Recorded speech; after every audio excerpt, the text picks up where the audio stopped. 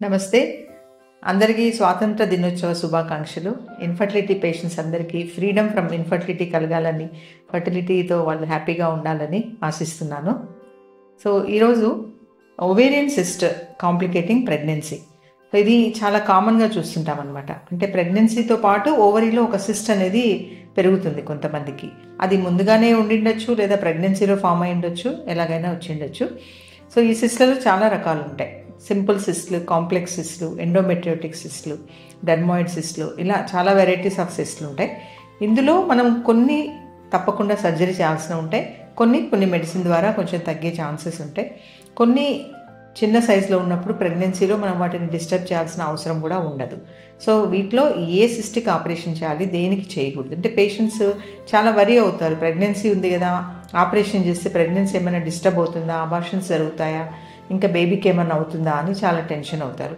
ఇందులో ఏమంటే ఒక్కొక్కసారి కొంచెం అనస్థీషియా ఎఫెక్ట్స్ వలన సర్జరీ చేయాల్సి వచ్చినప్పుడు బేబీ మీద ఎఫెక్ట్స్ వస్తుంటాయి. కొంతమందిలో అబార్షన్స్ జరిగే రిస్క్ కూడా ఉంటుంది. కానీ ఎలాంటి పరిస్థితుల్లో ఆపరేషన్ చేస్తాము అంటే, తప్పని పరిస్థితుల్లో మాత్రమే ఆపరేషన్ చేస్తాం.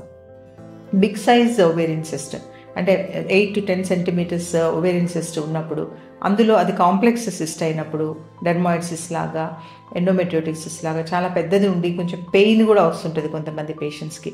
అలా పెయిన్ వచ్చినప్పుడు it indicate some infection in the cyst, లేదా ట్విస్ట్ అవుతుంటుంది. సిస్ట్ అనేది మెలిదిరిగినట్లుగా అవుతుంటుంది అనమాట. సో అలా వచ్చినప్పుడు కానీ పేషెంట్ చాలా ఇబ్బంది కలుగజేసినప్పుడు, ఒక్కొక్కసారి అది పెద్దగా పెరిగినప్పుడు బ్లాడర్ మీద ప్రెషర్ అయ్యి యూరిన్ రాకుండా అవ్వడం, ఇలాంటివి కూడా ఒక్కొక్కసారి జరుగుతుంటాయి. ఇలాంటివి ఏదైనా వచ్చినప్పుడు పేషెంట్కి తప్పనిసరిగా ఆపరేషన్ చేయాల్సి ఉంటుంది. సో వాళ్ళకి ఈ రిస్క్లన్నీ ఎక్స్ప్లెయిన్ చేసిన తర్వాత ఆపరేషన్ ప్రొసీడ్ అవుతాం. వీటిని చాలా వరకు లాప్రోస్కోపీ ద్వారానే రిమూవ్ చేయొచ్చు ఈ సిస్ట్లని. అంటే ఓపెన్ కాకుండా, కడుపు కోయాల్సిన అవసరం లేకుండా లాప్రోస్కోపీ మెథడ్లోనే సిస్ట్లు రిమూవ్ చేయొచ్చు అనమాట. మరీ అంటే సాలిడ్ సిస్ట్లు, సాలిడ్ ట్యూమర్స్ అలాంటివి కొంచెం ఓపెన్ మెథడ్లో చేయాల్సిన అవసరం కూడా రావచ్చు. అలా కాకుండా సింపుల్ సిస్ట్లు కానీ, ట్విస్టెడ్ ఓవేరియన్ సిస్ట్ కానీ, వీటిని చాలా వరకు లాప్రోస్కోపీ ద్వారానే రిమూవ్ చేయొచ్చు.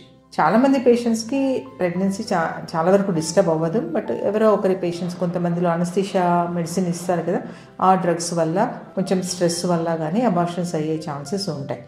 బట్ ఈ రెండిట్లో ఏది ఇంపార్టెంట్ మనకు అనేది అసెస్ చేసుకున్న తర్వాత డెసిషన్ తీసుకోవడం జరుగుతుంది, సర్జరీ కంపల్సరీయా కాదా అనేది.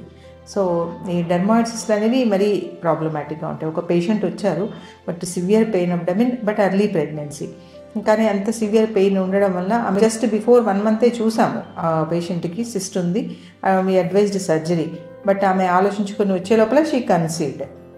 ఇప్పుడు ఇంకా ఎర్లీ ప్రెగ్నెన్సీ స్టేజ్, బట్ బాగా పెయిన్ ఉంది కాబట్టి ఆమె కంపల్సరీగా surgery. Around 8 to 10 centimetre size dermoid cyst.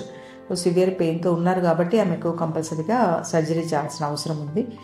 అది చేసిన తర్వాత మళ్ళీ ప్రెగ్నెన్సీ ఫాలోఅప్ చేసుకోవాల్సి ఉంటుంది. సో కండిషన్ బట్టి డాక్టర్ని కన్సల్ట్ చేసి సర్జరీ అంటే భయపడకుండా కంపల్సరీ అయినప్పుడు ఓవేరియన్ సిస్ట్లకు సర్జరీ చేసుకోవాల్సి ఉంటుంది. Thank you.